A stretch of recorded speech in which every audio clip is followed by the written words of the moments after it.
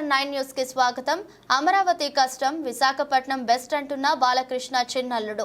అమరావతిని రాజధానిగా డెవలప్ చేయాలంటే చాలా టైం పడుతుంది. దానికంటే అన్నిటికీ అనువైన వైజాగ్ ని రాజధానిగా అభివృద్ధి చేసుకోవడం మంచిదన్న విశాఖ టీడీపీ ఎంపీ అభ్యర్థి గీతం భరత్. ఇవాళ అమరావతి డెవలప్ చేయడానికి మన దగ్గర అంత డబ్బులు లేవు. సో విశాఖపట్నమే ఇంకా ఫాస్ట్గా పెరుగుతుంది. విశాఖపట్నం గ్రోత్ వల్లే ఆంధ్ర ఇంకా ఫాస్ట్గా. అమరావతి డెవలప్ చేయడానికి ఇన్వెస్ట్మెంట్ కూడా చాలా అవసరం. ఆ ఇన్వెస్ట్మెంట్ చేయడానికి ఇవాళ స్టేట్ గవర్నమెంట్ పొజిషన్లో లేదు. 2014 నుంచి 19 తెలుగుదేశం ప్రభుత్వం టైంలో the entire det of the state reached about 3.5 lakh crores.